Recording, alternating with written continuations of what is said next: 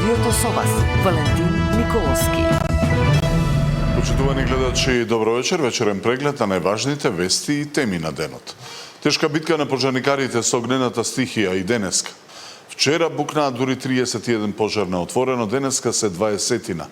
Најмногу загрижуваат шумските пожари во делчевското село Бигла, предизвикан од неодговорно лице кое палело гуми во дворот, и последниот во Беровско-Пекчевскиот регион према границата со Бугарија. Во двата случаи гори густа борова шума. Пожарот кој што предпладнево изби во близина на село Бигла, кое се наоѓа некаде на средина помеѓу патот кој што од Македонска Каменица води кон Делчево, е ставен под делумна контрола благодарение на воздушната интервенција на 3 ТР трактори, благодарение на храбрите пожарникари кои што гаснат од земја, од Делчево, Берово, Кочани, Виници, целата околина со поддршка на повеќе доброволни пожарникари.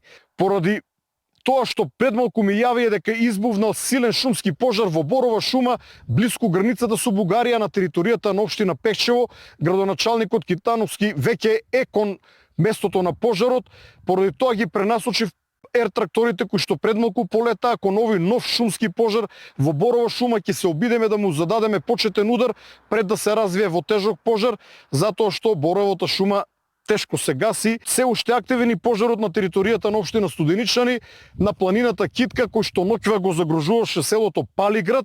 Селото е безбедно, имаме доволно сили, локалните пожарникари од град Скопје се на лице место со поддршка на огнени тимови на ДЗС. Селото нема да биде загрозено, но гаснењето на овој пожар е многу комплексно, бидејќи се работи за исклучително тежок и планински терен. Македонија има највисока стапка на заболени од западнонилска треска меѓу сите 12 држави во Европа, каде досега е регистрирано присуството на опасниот вирус. Освен по бројот на инфицирани, Македонија има највисока стапка на смртност во Европа според бројот на жители. Со досегашните 5 починати, тоа е 2,7 на милион жители со процент на смртност 11,6. Македонија има највисока стапка на заболени од западнонилска треска на милион жители во Европа. Вирусната инфекција која пренесуваат комарци и птици е пријавена во 12 европски држави. Први случај регистрираа и Австрија, Албанија, Германија. Според последниот неделен извештај на Европскиот центар за превенција и контрола на болести, до петокот, кога од земјава биле пријавени 37 инфицирани на 1 милион население, тоа се околу 20 случаи. Иако во Италија, Грција и Шпанија има многу повеќе заболени, споредено со големината на државите, Македонија има 1,3 пати повеќе случаи по жител од Грција, речиси 4 пати повеќе од Италија, 14 пати повеќе од Романија, а 23 пати повеќе од Шпанија.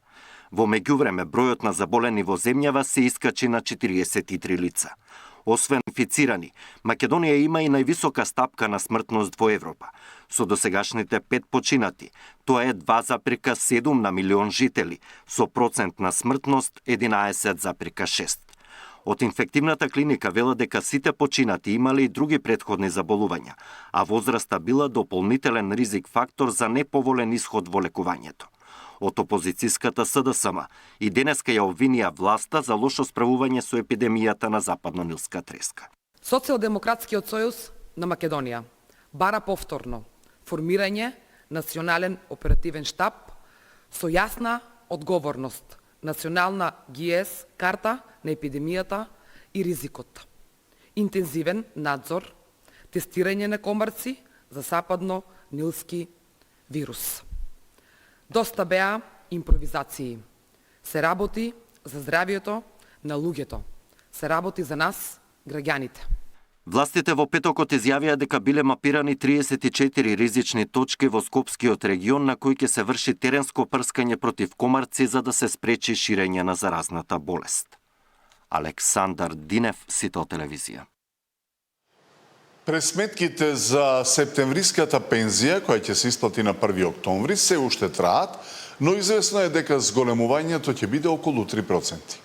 За толку се испланирани парите со ребалансот на буџетот. Пензионерите со најниски пензии би добиле покачување околу 600 денари, најбројната група околу 750, а тие со пензија околу 40.000 околу 1.200 денари покачување.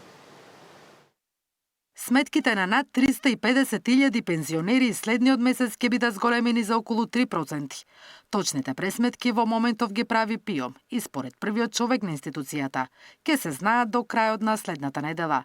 Се чекаат официјалните податоци од државната статистика, но според познатата формула 50% од просечната плата во првото полугодие и 50% од инфлацијата во споредба со бројките од второто полугодие лани, покачувањето би било од 600 за најниските до 1500 денари за највисоките пензии.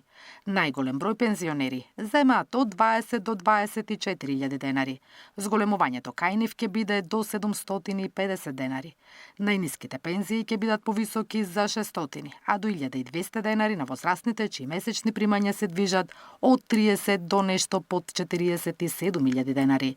Просечната пензија, која во јуни изнесувала 28.103 денари, ќе биде зголемена за 843 денари. Изминативе 2 години, од 2024 до 2026 година, со доаѓањето на ВМРО ДПМН на власт, пензиите линарно се зголемија 4 пати, 2 пати по 2500 и 2 по 1000 денари. Вкупно сите пензионери добија по 7.000 денари покачување, но сега од септември се враќа старото, законско согласување, по позната формула. Ако се земат во предвид сегашните пензии, споредбата со регионот покажува дека највисоки просечни пензии се исплаќаат во Хрватска, околу 720 евра. Следна е Црна Гора, 560, Бугарија 540 евра, Србија 480, Македонија 457 евра, Албанија меѓу дното со 270 евра и Косово до 200 евра. Наташа Мерсовска, Сител телевизија. Нема да се 5 години партијата и Филипче не правеле никакви притисоци врз обвинителството и во целост ја почитувале автономијата на правосудните органи. За Ислама Бази, обвинителот во заминување, морето од документи вештачење за модуларната болница во Тетово не значеле ништо. Не значел ништо ниту фактот што 14 лица живи изгореа во истата болница.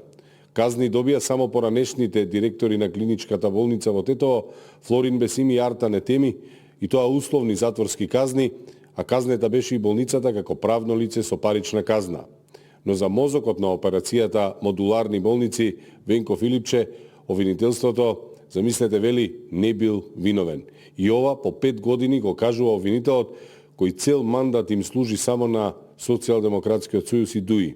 5 години ниту Филипче, ниту СДСМ не се мешаше во работата на јавното обвинителство.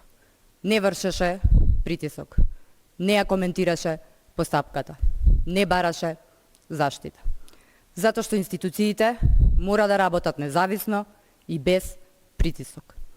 Модуларните болници беа набавени преку меѓународна постапка на Светската банка со механизми на контрола во време на најголемата здравствена криза во поновата историја. Тие болници не се градеа за тендерски профит, туку за да се спасуваат животи. Тука и крајот на денешното издание на информативните емисии на Сител. Ви пожелувам пријатна вечер со нашата програма.